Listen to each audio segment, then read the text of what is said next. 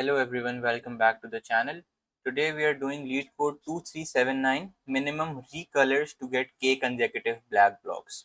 So let's have a look at what the problem statement says. You're given a 0 indexed string blocks, something like this, and you can very clearly see that block only consists of only w's and b's, right, of length n, where blocks of I is either w or b representing the color. So w represents white, b represents black.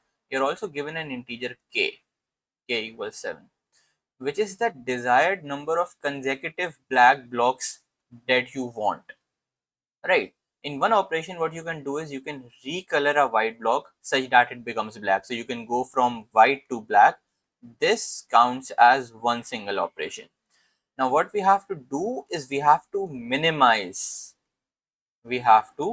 the number of operations. So as soon as you hear this word, what's the first thing which comes to your mind? Either it's going to be DP, or before that we are going to see if we can solve this problem through a greedy approach, right? We'll try the greedy one first. Obviously that's more simpler.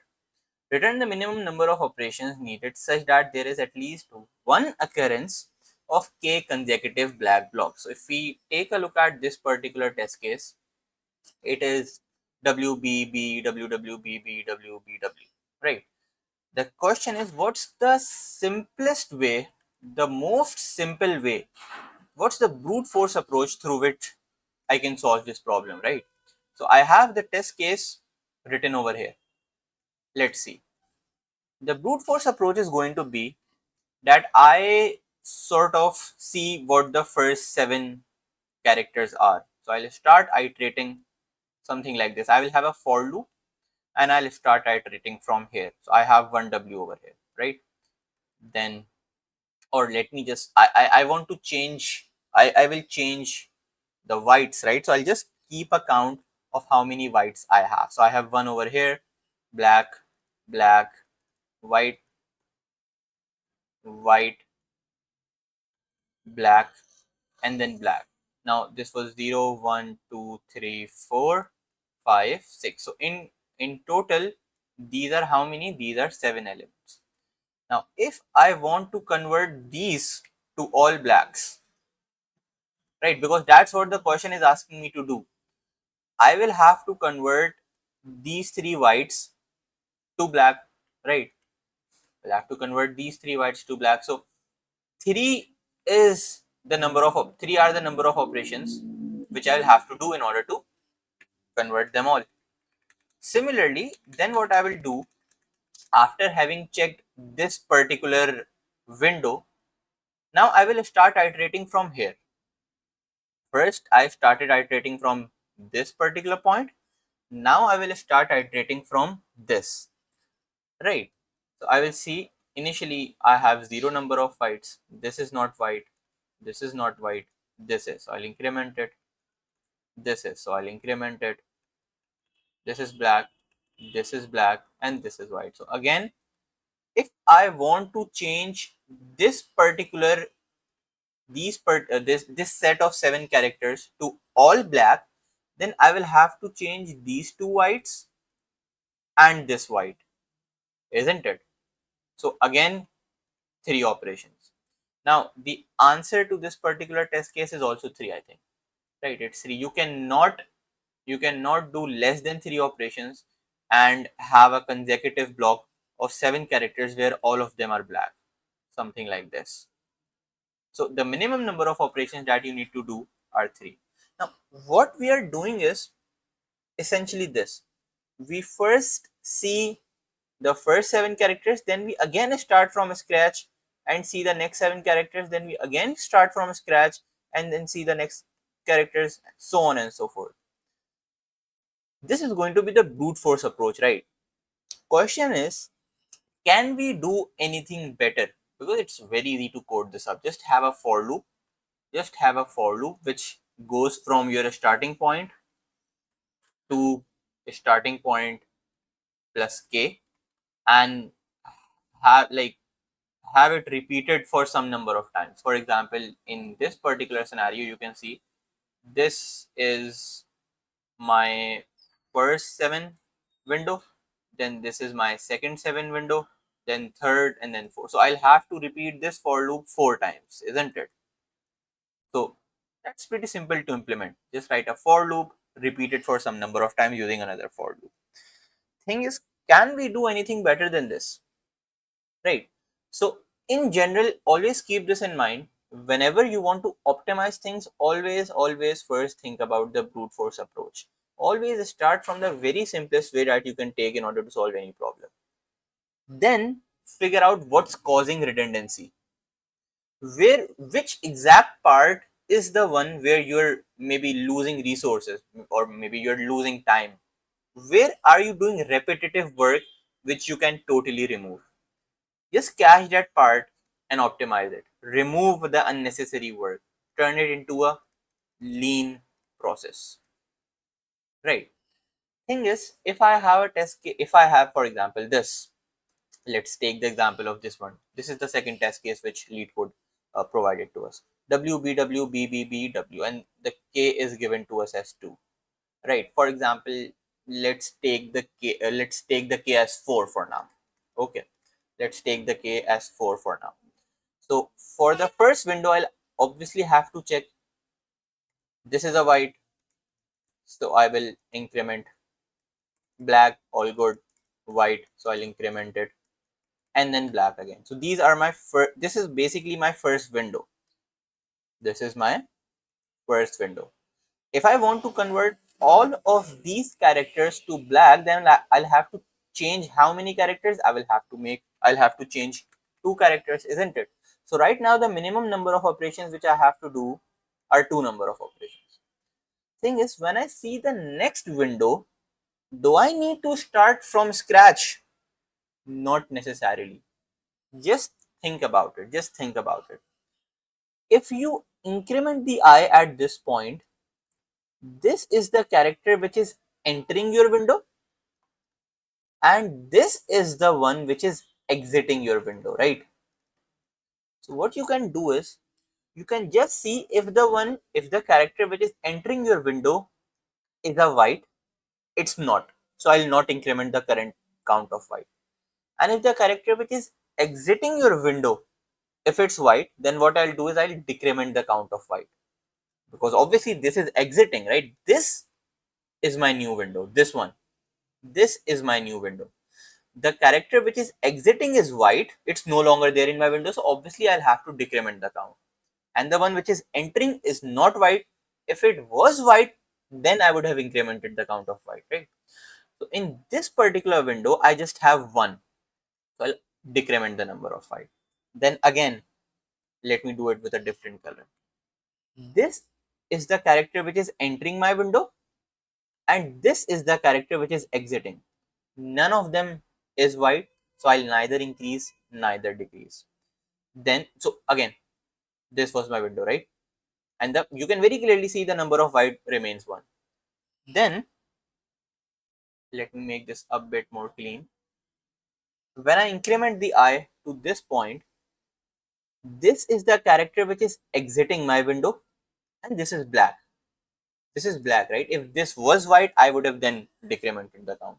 And this is the one which is entering my window. So since this is my current window, this is the character which is entering the window, I will have to increment the count, and you can very clearly see that it's true as well. I have 2 whites over here, so if I want to make all of these black, I will have to do 2 operations.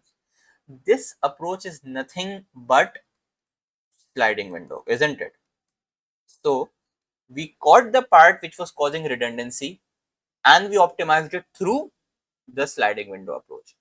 And just like I did over here, I will do the exact same thing, in my code as well, right? So let me just try run this approach one more time, maybe over this particular test case, right?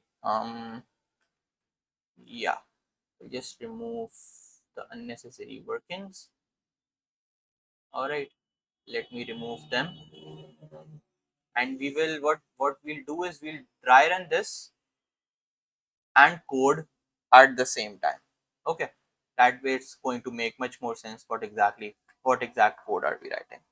Let me just put it over here and open up the coding environment over here. Now, what did we do? What did we do?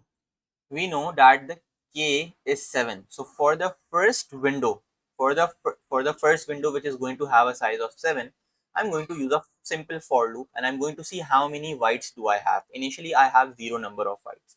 This is a white, I'm going to increment the count. Not this is a white, so I'm going to increment the count. Again white, I'm going to increment the count. Not this is the first window which has the size of 7.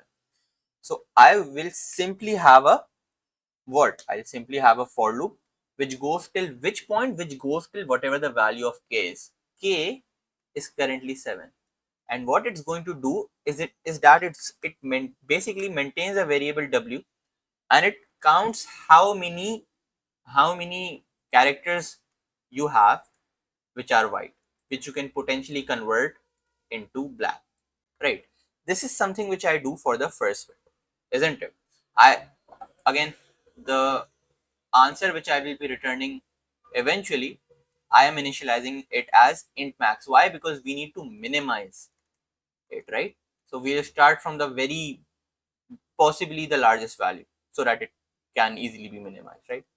What next? I'll see, obviously. So right now I have the white value as 3. It's currently infinity. What is the minimum of 3 comma infinity? It's 3. So I'll update my answer variable and I'll store inside of it 3, because you can very clearly see if I convert all of these to blue, how many operations will I need? I will need 3 number of operations, right? Then what we need to do is we need to shift our window one place towards the right. So this character exits the window, this character exits the window, and this character is introduced to the window. This character enters the window. That is exactly what I'm going to do. I'm going to, first of all, I'm going to increment my I, right? So I set my I at k. This is index 7, by the way. So I set my I at k. Then I need a while loop. Wait, till when do I need to increment the I? I just need to increment the I till it's inside my bound. So that's exactly what I'm saying. While I is inside the bounds, just keep incrementing I. And again, now what I need to do is the character which is exiting, I will decrement its count. The character which is exiting, I'll decrement its count. If it's a white, I'll decrement the count of white. You can very clearly see it's a white over here. So I will decrement the count of white. And then the one which is entering the window is also white. So I'll increment again. So minus plus, you are at the same position. That is exactly what I'm going to do. I'm going to say the position which is at I minus k. So 7 minus 7 is actually 0. Interestingly, this is the exact same position which is exiting my window, right? So you can very clearly find out the position of the character which is exiting your window. How?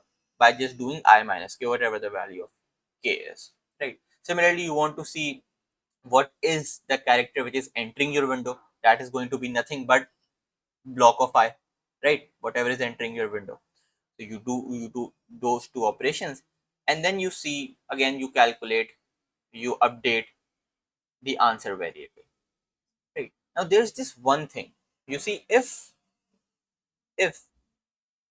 k was 2, if k was 2 and I reached this particular window, then this is already a window of size 2, already a window of size 2 which has all blacks, isn't it?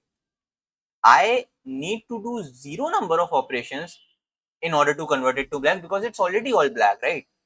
And the thing is, I can't have any better answer than 0. If I'm minimizing my answer, I can't have any better answer than 0.